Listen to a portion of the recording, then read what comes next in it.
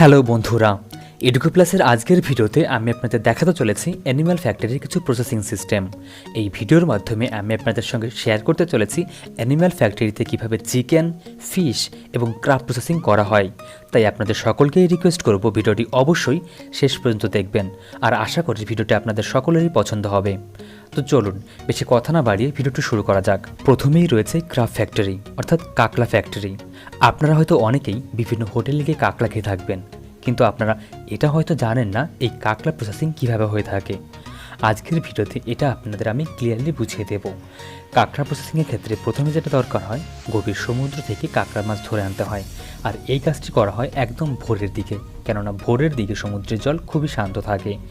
প্রথমে কাঁকড়াকে বিভিন্ন জালের মাধ্যমে ধরা হয় এবং পরবর্তীতে জাহাজে করে সেটিকে ফ্যাক্টরিতে পৌঁছে দেওয়া হয়। তারপর প্রথমে বিভিন্ন কাঁকড়ার সাইজ অনুসারে বিভিন্ন আলাদা আলাদা ভাগে ভাগ করে নেওয়া হয়। তার পরবর্তীতে কাঁকড়াগুলিকে কোনো গরম জলের মধ্যে ডুবিয়ে রাখা হয়, যেখানে কাঁকড়াগুলি সম্পূর্ণভাবে মারা যায়। তারপর এই রকম কনভেয়র বেল্টের উপর বসিয়ে দেওয়া হয়, সেখানে প্রতিটি কাঁকড়াকে স্ক্যান করে নেওয়া হয়, যেটা কিনা সম্পূর্ণভাবে রোবোটিক চালিত হয় এবং একটি পর্যায়ে সেটিকে পুনরায় গরম জলে ডোবানো হয় এবং এই মেশিনের মাধ্যমে কাঁকড়ার মুখ উপরের খোলসটি আলাদা করে দেওয়া হয়। তার সঙ্গে সঙ্গে মাথার অন্যান্য জিনিসপত্র বার করে নেওয়া হয়, কেননা এগুলি থাকলে ফুড ফ্যাক্টরিতে এগুলো বেশি সময় প্রিজার্ভ করা যায় না। তার জন্য এগুলি করা খুবই বাঞ্ছনীয় হয়ে ওঠে। পরবর্তী সময় জলের মাধ্যমে এটি পরিষ্কার করে নেওয়া হয় এবং একটি ব্লেন্ডার মেশিনের মাধ্যমে সম্পূর্ণভাবে কাঁকড়াটিকে দুভাগে ভাগ করে দেওয়া হয়। আর তারপর একটি কনভেয়র বেল্টের মাধ্যমে কাঁকড়াগুলিকে পরবর্তী স্টেপে পাঠানো হয়, যেখানে কর্মীদের দ্বারা সম্পূর্ণভাবে নিশ্চিত করা হয় যে কাঁকড়াগুলির প্রসেসগুলি ঠিকঠাক হয়েছে কিনা।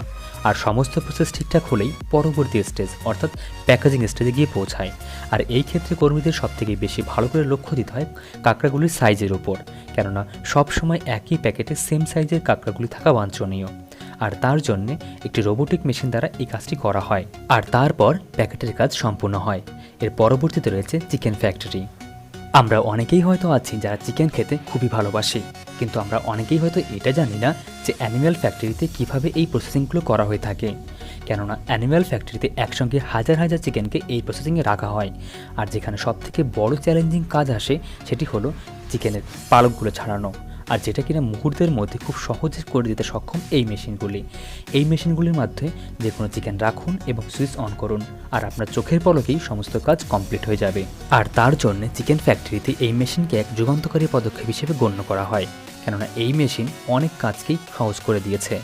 এবং তার পরবর্তী স্টেপে চিকেনগুলি বিভিন্ন কনভেয়র বেল্টের মাধ্যমে বিভিন্ন স্টেজে পৌঁছায়। আর তারপর চিকেনগুলিকে প্যাকেট করে স্টোর হাউসে স্টোর করা হয় এবং পরবর্তীতে বাজারে দেওয়া হয়। এরপরে রয়েছে ফিশ ফ্যাক্টরি। বন্ধুরা, আমাদের মধ্যে বেশিরভাগ লোকই আছেন যারা মাছ খেতে খুবই ভালোবাসেন। তো চলুন জেনে নেওয়া যাক উন্নত দেশগুলিতে এই ফিশ প্রসেসিংয়ের কাজ কিভাবে করা হয়ে থাকে। ফিশ প্রসেসিংয়ের জন্য প্রথমেই যেটা দরকার হয় সমুদ্র থেকে মাছের যোগান দেওয়া, আর যে কাজটি করে থাকে মাছ ধরার নৌকাগুলি, কেননা তারা সারা রাত মাছ ধরার কাজে ব্যস্ত থাকে এবং ভোর হতে না হতেই মাছগুলি ফ্যাক্টরিতে পৌঁছে দেয়।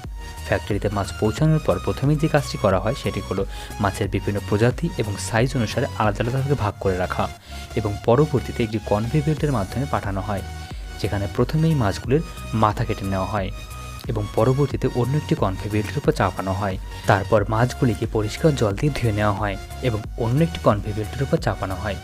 সেখান থেকে মাছগুলি সোজা এমন একটি জায়গায় পৌঁছায় যেখানে মাছের শরীর থেকে সমস্ত নোংরা পদার্থ অর্থাৎ আঁশ জাতীয় পদার্থ বার করে নেওয়া হয় এবং পরবর্তীতে আবারও সেই মাছগুলিকে ধুয়ে নেওয়া হয়। যে মাছগুলির সাইজ অনেক বড় হয়ে থাকে সেগুলিকে হাতেই কাটা হয় এবং ছোট মাছগুলিকে মেশিনের মাধ্যমে কাটা হয়। আর তারপর সুদক্ষ কর্মচারীদের দ্বারা মাছগুলিকে ছোট ছোট স্লাইসে কাটা হয় এবং পরবর্তীতে প্যাকেটের জন্য অন্য স্টেপে পাঠিয়ে দেওয়া হয়। আর মাছের বাকি অংশগুলি বিভিন্ন পেস্টের মাধ্যমে অ্যানিম্যাল ফুড ফ্যাক্টরিতে পাঠিয়ে দেওয়া হয়, সেখানে ওই পেস্টের মাধ্যমে বিভিন্ন পশু পাখির খাবার তৈরির কাজ করা হয়ে থাকে এবং পরবর্তীতে সেগুলি বাজারে বিক্রি করা হয়। বন্ধুরা, এই ছিল আজকের ভিডিওতে। আশা করি ভিডিওটি আপনাদের ভালো লেগেছে। আর ভিডিওটি ভালো লেগে থাকলে অবশ্যই লাইক, কমেন্ট, শেয়ারের সঙ্গে সঙ্গে সাবস্ক্রাইব করতে ভুলবেন না। দেখা হচ্ছে পরবর্তী ভিডিওতে। ততক্ষণে ভালো থাকবেন। নমস্কার।